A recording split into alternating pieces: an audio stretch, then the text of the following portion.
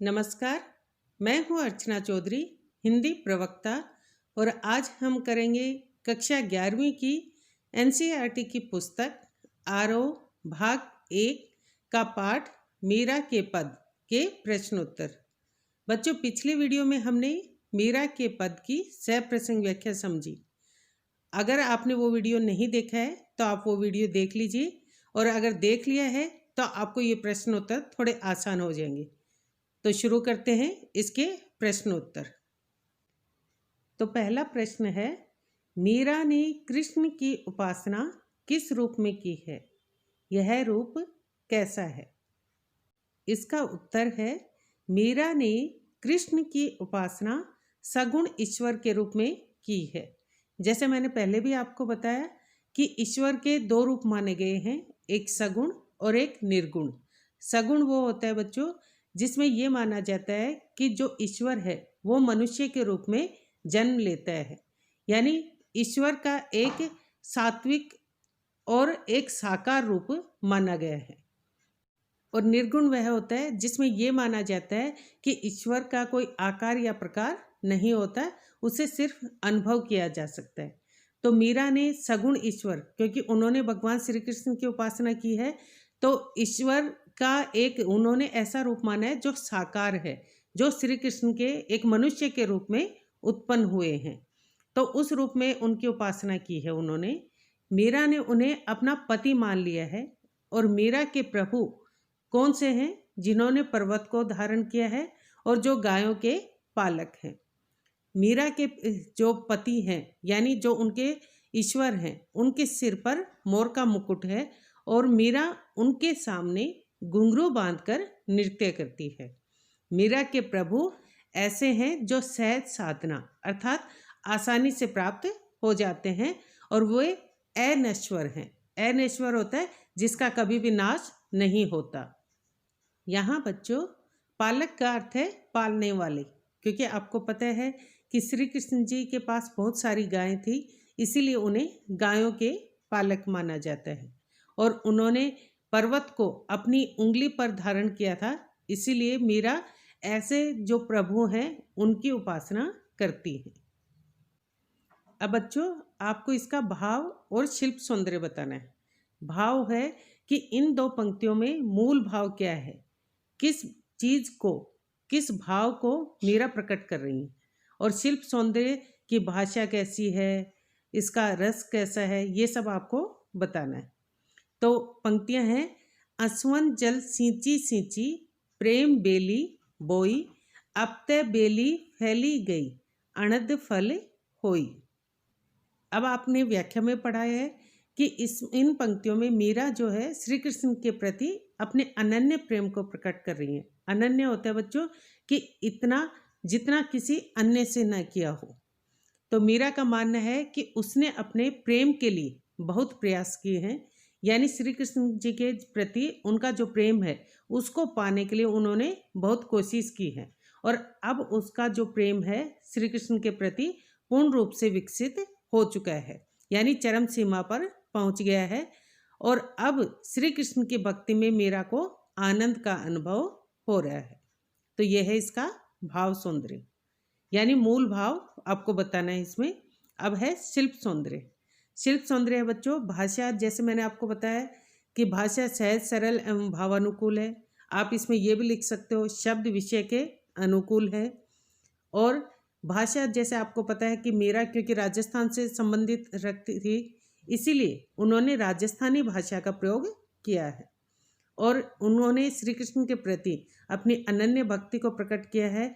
तो भक्ति को प्रकट करते हुए उन्होंने बहुत ही शांत भाव से अपने भाव को प्रकट किया है, इसलिए शांत रस का प्रयोग किया गया है। और जैसे मैंने आपको पहले भी बताया कि मीरा श्री कृष्ण के प्रति अपनी भक्ति को गा गा कर प्रकट करती थी। वो उनके मंदिर में उनके प्रति जो भक्ति थी वो अपने भजनों के माध्यम से प्रकट करती थी, इसलिए उसमें गेय तत्व है, संगीतात्मकता है। उनकी कोई भी काव्य रचना है आप उसको गा सकते हो, इसलिए इसमें गेय तत्व विद्यमान है। सिंची सिंची, क्योंकि एक ही शब्द दो बार आया है, तो एक ही शब्द की आवृत्ति होने के कारण यहाँ पुनरुक्ति प्रकाश अलंकार है। प्रेम बेली आनंद फल में रूपक अलंकार है, क्योंकि प्रेम को बेल के रूप में प्रकट किया है और आनंद को भी फल बताया गया है, इसलिए यहाँ रूपक अलंकार है। बेली फैली, क्योंकि ली अंत में है, तो यहाँ एक ही वर्ण की आवृत्ति होने के कारण अंत्यानुप्रास है, जिसे आप अनुप्रास अलंकार भी कह सकते हो। तो ये था इसका भाव और शिल्प सौंदर्य। अब करते हैं अगला। ये है बच्चों, दूध की मथनिया बड़े प्रेम से बिलोई, दधी मथी घृत काढ़ी लियो, डारी दई छोई। तो आपको मैंने व्याख्या में बताया कि मीरा यहाँ क्या कह रही हैं कि उन्होंने सांसारिकता को तो छोड़ दिया है और सिर्फ किसको अपना लिया है, ईश्वर की भक्ति को। तो इसका मूल भाव क्या हुआ कि उन्होंने ईश्वर की भक्ति को ज़्यादा महत्व दिया है। तो इसका भाव सौंदर्य में क्या आएगा, इन्होंने ईश्वर भक्ति को अपनाने का संदेश दिया है। अब है शिल्प सौंदर्य। शिल्प सौंदर्य में आपको ये बताना है कि भाषा कैसी है, सहज सरल एवं भावानुकूल है। शब्द क्या है, विषय के अनुकूल हैं। और जैसे पिछली उसमें पंक्तियों में किया था, वैसे ही इसमें भी राजस्थानी भाषा का प्रयोग किया है। शांत रस का प्रयोग किया है, क्योंकि ईश्वर के प्रति उन्होंने अपनी भक्ति को प्रकट किया है। और मैंने आपको बताया कि उनके हर एक काव्य को गाया जा सकता है, इसलिए इसमें गेय तत्व विद्यमान है। और दई और छोई में दोनों में क्या है, अंत में ये है, तो इस कारण यहाँ अंत्यानुप्रास यानी अनुप्रास अलंकार का प्रयोग हुआ है। तो ये था दूसरा प्रश्न। अब करते हैं तीसरा। लोग मीरा को बावरी क्यों कहते हैं? बावरी होता है पागल, तो क्यों कहते हैं आपको पता ही है, मैंने व्याख्या में बताया था कि मीरा क्या है, एक विवाहिता स्त्री थी। विवाहिता यानी शादीशुदा स्त्री थी, परंतु वह श्री कृष्ण की भक्ति में लीन होकर घुंघरू बांधकर उनके सामने नाचती रहती थी। उन्होंने श्री कृष्ण को ही अपना सब कुछ मान लिया था और श्री कृष्ण जी को ही अपना पति स्वीकार कर लिया था। तो आपको पता है बच्चों, इस प्रकार से एक विवाहिता स्त्री का अपना पति होते हुए किसी और को अपना पति स्वीकार करना, तो क्या ये समाज के द्वारा स्वीकृत होगा? नहीं होगा। और इसके अलावा वो संतों के साथ बैठी रहती थी, उनके साथ जगह जगह यात्राएं करती थी। ऐसे में जो समाज था वो ये मानता था कि मीरा ने न केवल परिवार का बल्कि समाज का सम्मान भी खो दिया है, इसीलिए लोग मीरा को बावरी कहते थे। तो बावरी क्यों कहते थे? एक तो श्री कृष्ण के प्रति भक्ति इस प्रकार से पति के रूप में अपनाना, दूसरा संतों के साथ बैठना और उनके साथ जगह जगह यात्राएं करने के कारण लोग उन्हें बावरी कहते थे। अगला प्रश्न है बच्चों, विष का प्याला राणा भेजा, पीवत मीरा हासी, इसमें क्या व्यंग्य छिपा है? तो आपको पता है कि मीरा के जो देवर थे राणा जी, उन्होंने मीरा को मारने के लिए जहर का प्याला भेजा था। और वो उन्होंने ऐसा इसलिए किया क्योंकि वो चाहते थे कि मीरा मर जाए, क्योंकि मीरा ने श्री कृष्ण को पति के रूप में स्वीकार कर लिया था और वो संतों के साथ बैठी रहती थी, उनके साथ भक्ति करती रहती थी। इसलिए लोग उन्हें ऐसा मानते थे कि उन्होंने समाज के सामने उनके ससुराल वालों का सम्मान गिरा दिया है। तो इसमें इन पंक्तियों में क्या व्यंग्य छिपा है वो देखिए। इन पंक्तियों में मीरा ने उन लोगों पर व्यंग्य किया है जो श्री कृष्ण के प्रति उनके प्रेम को नहीं समझ पाए, और उन्होंने मीरा को उनके प्रेम से या भक्ति से विचलित करने का पूरा प्रयास किया। मतलब जैसे किसी ने बावरी कहा, किसी ने वो जहर का प्याला भेजा उनको मारने के लिए, तो इस प्रकार से उन्हें मारने का या उसकी श्री कृष्ण के प्रति भक्ति से विचलित करने का हर संभव प्रयास किया, यहाँ तक कि उन्हें मारने का भी प्रयास किया, परंतु मीरा पर उनके इन प्रयासों का कोई भी प्रभाव नहीं पड़ा। वह हंसते हंसते यह सब झेल गई, क्योंकि वह मानती है कि उनकी श्री कृष्ण के प्रति भक्ति उनको किसी भी मुसीबत से बचाने में सक्षम है। यानी वो ये मानती हैं कि श्री कृष्ण के प्रति उनकी जो भक्ति है वो भक्ति उनको कोई भी मुसीबत से बचा लेगी, उन पर कोई भी मुसीबत नहीं आने देगी। इसलिए कभी भी आने वाली मुसीबतों से वह नहीं घबराती और हंसते हंसते उसको स्वीकार कर लेती है। मीरा जगत को देखकर रोती क्यों है? बच्चों, इस प्रश्न में आपको ये बताना है कि मीरा का, जैसे मैंने आपको व्याख्या में बताया था कि मीरा क्या करती है, संसार को देखकर तो रोती है और जब वो भक्त को देखती है तो वो प्रसन्न होती है। तो वो ऐसा क्यों करती है? तो उत्तर है बच्चों, मीरा देखती है कि लोग ईश्वर भक्ति को ज़्यादा महत्व नहीं देते और वो माया के जाल में फंसे रहते।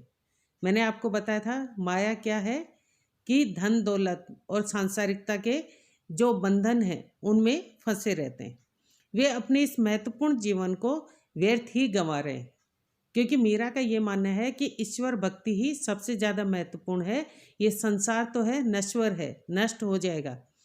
और जो लोग ऐसा कर रहे हैं, संसार को ज़्यादा महत्व दे रहे हैं, तो उन्हें जो मुश्किल से, बहुत ही कठिनाई से ये जीवन मिला है, वो इस महत्वपूर्ण जीवन को व्यर्थ कर रहे हैं, नष्ट कर रहे हैं। तो मीरा श्री कृष्ण की भक्त है और वह चाहती है कि संसार भी इस भक्ति के महत्व को समझे और सांसारिकता से दूर होकर ईश्वर की भक्ति में मन लगाए। परंतु जब संसार ऐसा नहीं करता तो उसे लोगों के अज्ञानता पर हंसी आती है, क्योंकि वह ये मानती है कि लोग ये नहीं समझ रहे कि संसार तो नश्वर है, नष्ट हो जाएगा, लेकिन ईश्वर भक्ति तो ऐसी है जो उसको मोक्ष की प्रदानता करेगी या मोक्ष प्रदान करेगा। तो जब लोग ऐसा नहीं करते तो उसे उन समाज की अज्ञानता पर हंसी आती। तो बच्चों, ये थे मीरा के पद के अभ्यास के प्रश्न उत्तर। उम्मीद है आपको ये प्रश्न अच्छे से समझ में आ गए होंगे और आपको याद करना थोड़ा आसान हो जाएगा। बच्चों, कबीर और मीरा ये दोनों ही पाठ आपके लिए बहुत ही ज़्यादा महत्वपूर्ण है और इनमें से व्याख्या और प्रश्नोत्तर अवश्य आते हैं। तो ये दोनों ही पाठ मैंने आपको समझा दिए हैं। इनके लिंक आपको डिस्क्रिप्शन बॉक्स में मिल जाएंगे और वहाँ से आप देख सकते हैं। अगर आपको ये वीडियो पसंद आया हो तो इसे लाइक करें, शेयर करें और अगर अभी तक आपने मेरे चैनल अर्चना चौधरी हिंदी क्लासेस को सब्सक्राइब नहीं किया है तो सब्सक्राइब करें, ताकि आपको अगले वीडियो आसानी से मिल जाए और आप अपनी परीक्षा की तैयारी कर सकें। धन्यवाद।